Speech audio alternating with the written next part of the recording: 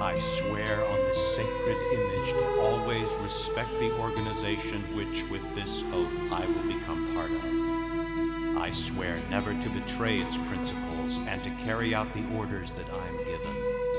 I swear, and may my flesh burn like the sacred image if ever I betray.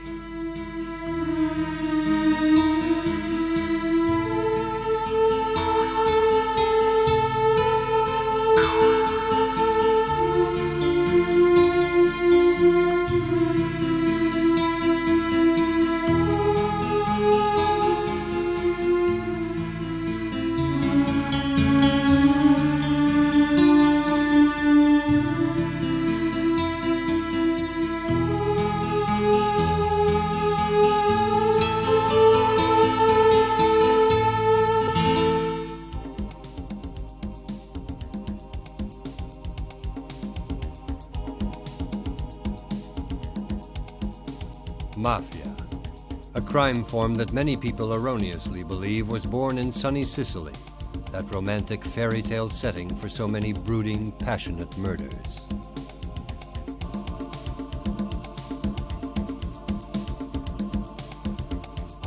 Mafia, synonymous with death, used and abused by literature, by the press, and by the media, all tending to oversimplify reality with misleading historical distortions.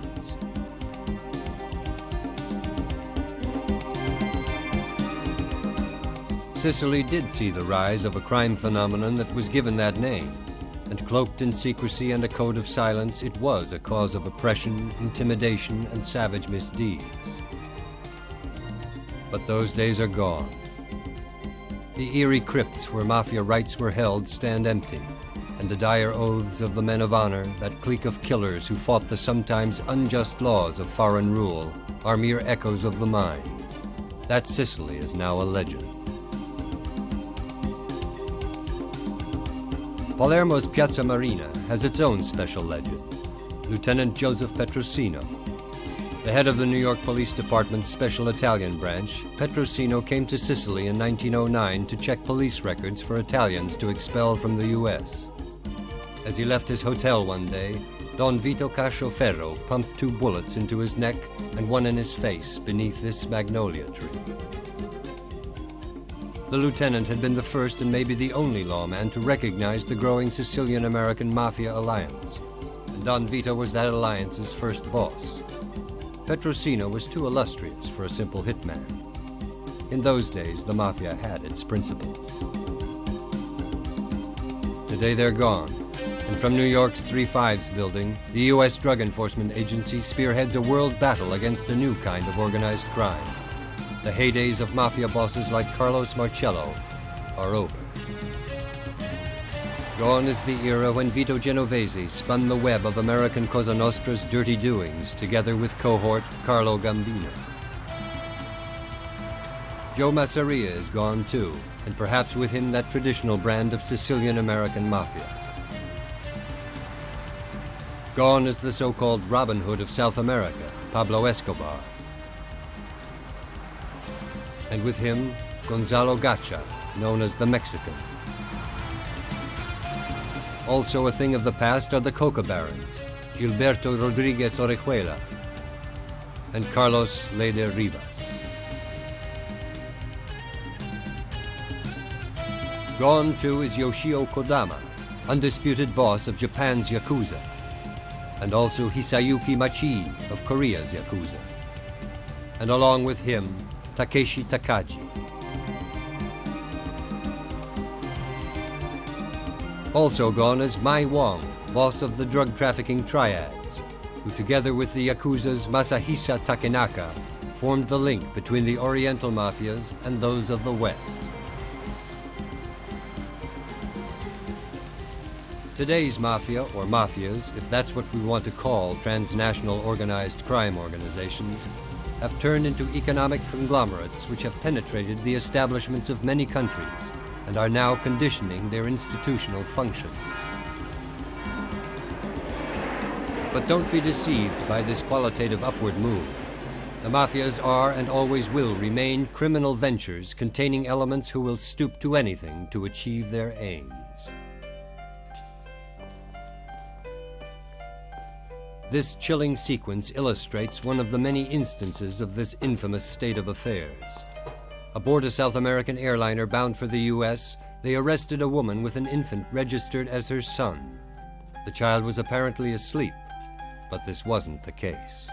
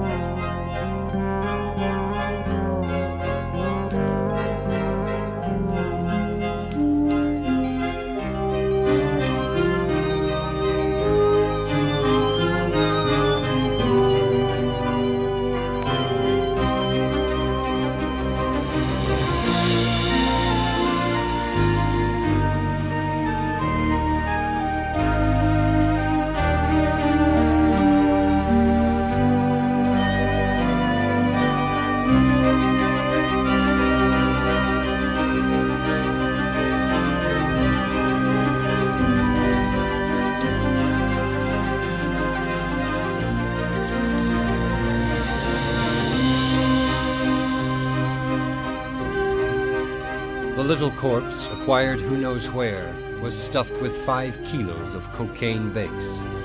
This horrifying method of transporting drugs is used all over the world. In the Far East, it's been known since the early 1800s. The vile cynicism of modern-day drug traffickers needs no further comment.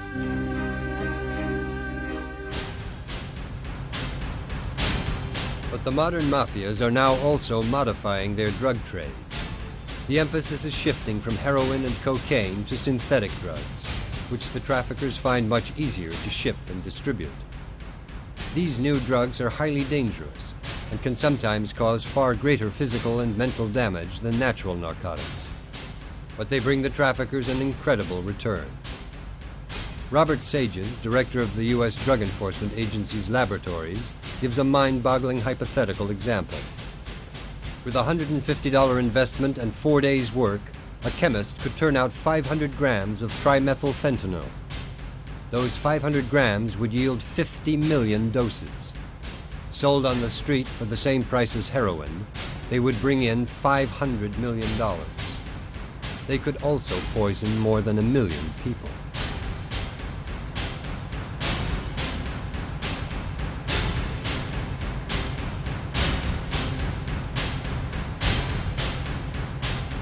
The effects and consequences of taking synthetic drugs are not wholly known because of their wide variety. Research is currently going on in labs the world over, especially in the U.S., where the phenomenon is growing by leaps and bounds. Much of this research is debatable and open to criticism because it involves using animals as guinea pigs. Given the physiological differences between them and man, the results obtained are for the most part unreliable.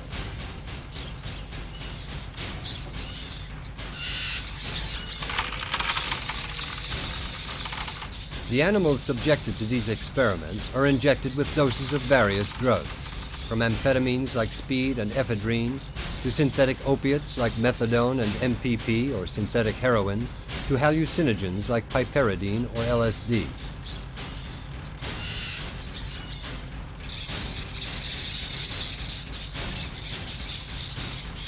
Electrocardiograms and electroencephalograms measure the degree of reaction or suffering each individual drug induces in the subject, and also indicate the subject's maximum tolerance threshold. An animal's threshold is totally different from that of a human being.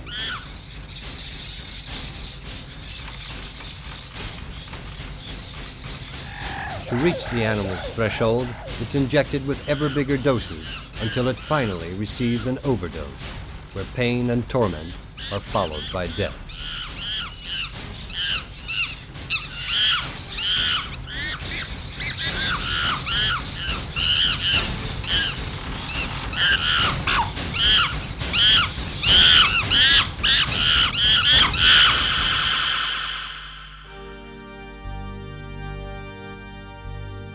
The narcotics trade, with both natural and now synthetic drugs, has created a human calamity that's been given all too little exposure, perhaps to hide a general sense of shame.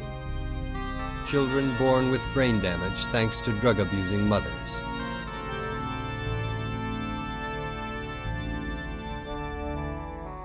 Hundreds of thousands of innocent children around the world are afflicted with this irreversible anomaly. The majority die early, and in some countries are allowed to die during or right after birth, and more are born every day.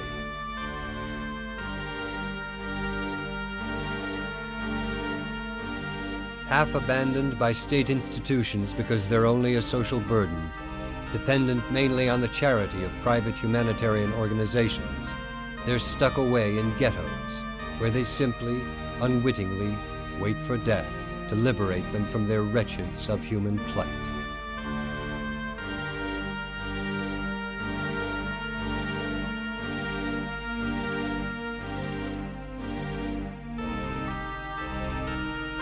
These are scenes we cannot turn away from.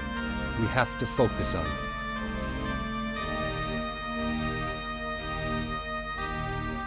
We have to realize that the mafias, to amass their economic power and wealth, allow drugs to kill in this atrocious manner as well.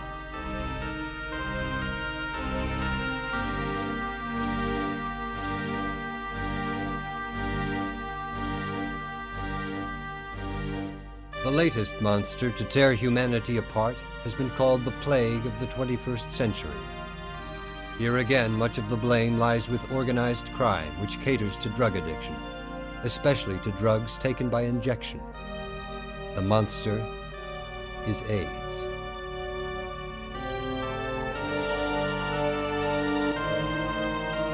Despite enormous research efforts all over the world, we know little about this disease and almost nothing about how to stop it.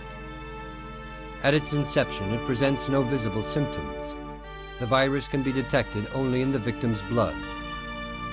Over the course of time, the infection degenerates into LAS, a phase that brings on enlargement of the lymph glands and general physical deterioration.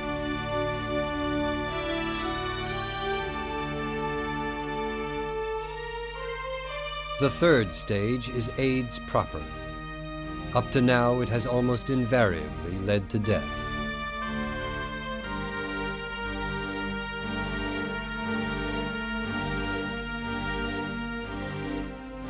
The press and the media sometimes tend to minimize AIDS, so as not to feed the kind of alarmism that promotes isolation of the stricken or the HIV positive.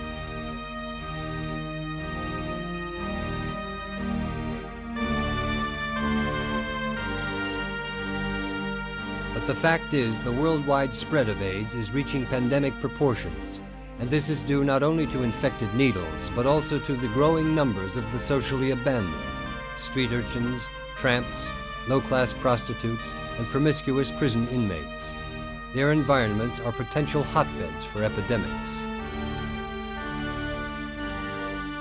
In Asia, where heroin is fast taking the place of opium, AIDS cases are increasing as dramatically as in Europe and America, especially in places where drugs are injected with crude equipment and little or no health precautions.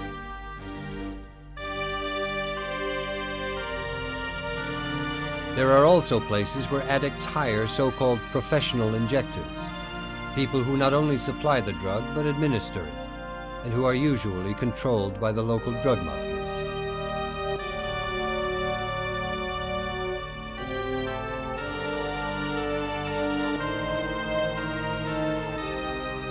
But the criminal cynicism of the drug trafficker doesn't stop even there. no way. He'll even exploit AIDS victims to make his profits.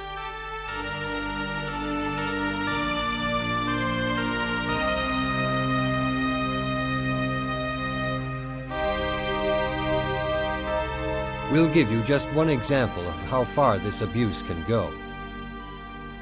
To smuggle his merchandise into the U.S., Peruvian drug trafficker Tijero Guzman would hire couriers he defined as people with nothing to lose. They were U.S. citizens afflicted with AIDS, and he'd pay them $500 for a successful trip.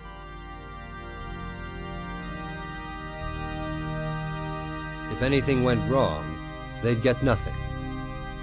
Anyway, he'd say, they wouldn't live long enough to claim payment.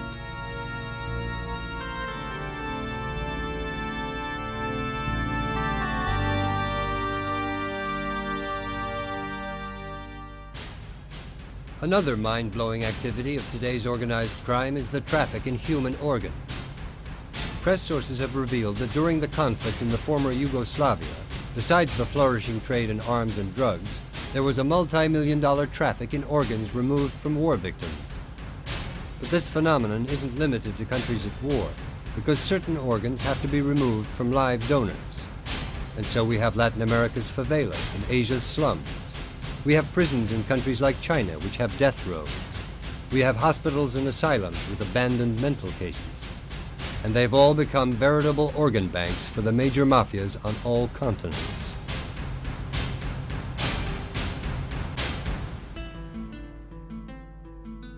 Whatever the criminal perversion, it's the ruthless exploitation of the disadvantaged that provides the bedrock on which organized crime is built.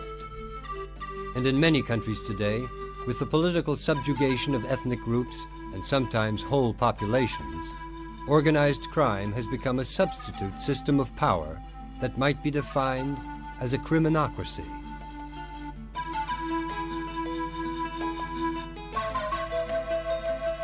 The illegal raising and selling of drug-yielding plants has sometimes been the basis of institutional collapse. South America's had some glaring examples. General Garcia Mesa's drug-based dictatorship in Bolivia, the so-called cocaine coup in Honduras in 1978, and Noriega's drug-supported regime in Panama. The regimes we've just mentioned no longer exist, but that doesn't mean that criminocracies, which are simply a mutation of drug mafias, were limited to those countries.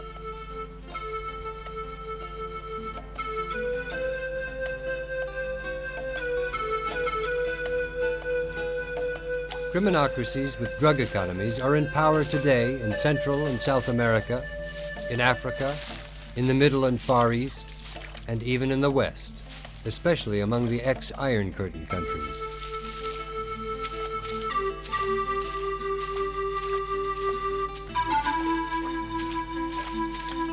These criminocracies not only grow and process drug-yielding plants in the territories they control, they've used their corrupt but sovereign powers to create a network of illegal drug traffic channels that lead right to the consumer countries, which only gives more and more economic leverage to those who manage this drug power and more misery to the populations under them.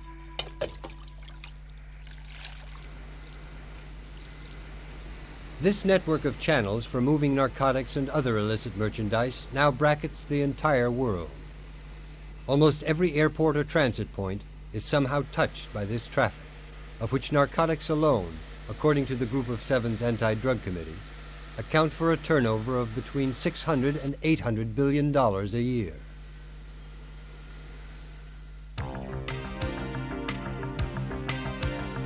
One of the major hubs of this network continues to be the French Mediterranean coast. The center of that hub is Marseille, where practically all drug trafficking organizations are based.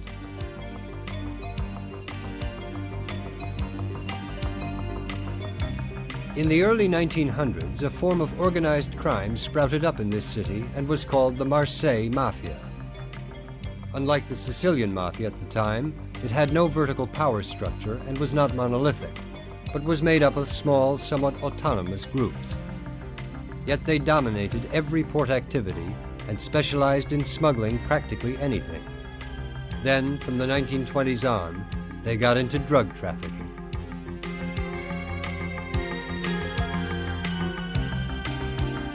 In the 50s, the Guerini clan rose to the top of the heap and struck an alliance with the socialists who had won administrative control of the city. The Guerinis made Marseille the drug traffic capital of Europe.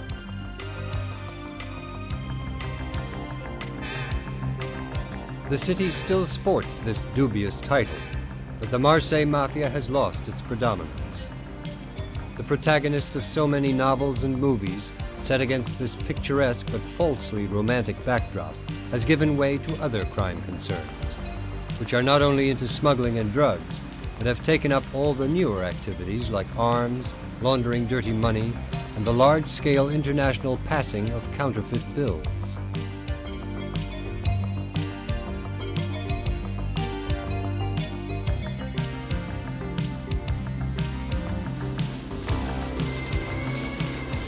But counterfeiting is certainly not a monopoly of the mafias on the French coast. Crime organizations from all over the world have their fingers in this pie. The greatest counterfeiter in history was Adolf Hitler. During World War II, he enlisted criminal help to try to destabilize the British and American economies by flooding world financial markets with billions of phony dollars and pounds.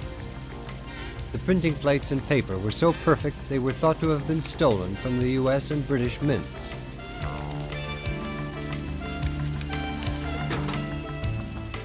Some of today's counterfeiters have even superseded Nazi technology, so much so that it's next to impossible to tell the real from the fake. The record is held by the US $100 bill, partly because it's so common.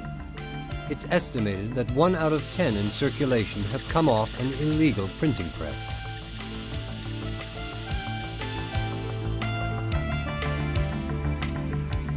Another bottomless well of enrichment for criminocracies and organized crime of all kinds is the foreign aid continuously being dished out to the Third World.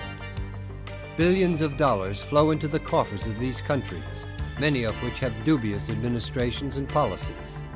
And a large part of those funds are diverted for purposes that have nothing to do with what they were slated for.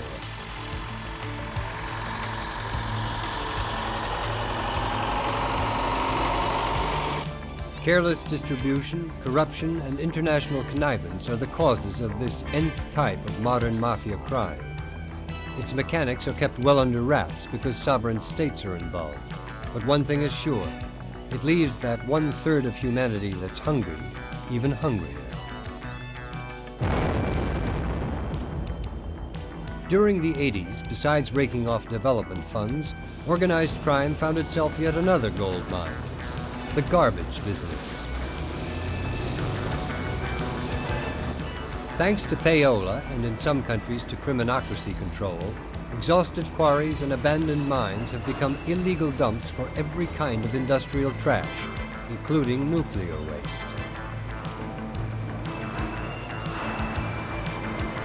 These ecological time bombs have been set up with total disregard for even the most elementary security measures.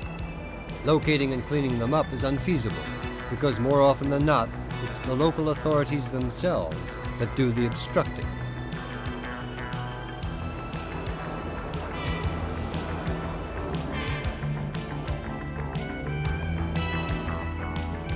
There's no way of knowing exactly how many pollution-filled dumps there are in the world, but unofficial estimates put the number at over 1 million.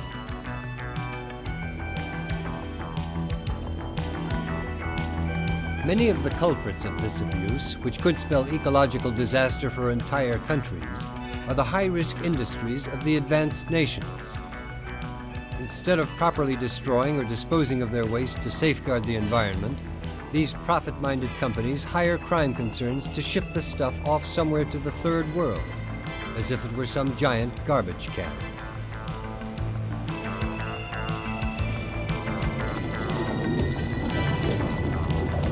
Improperly buried toxic waste provokes severe environmental damage, like pollution of streams and watersheds.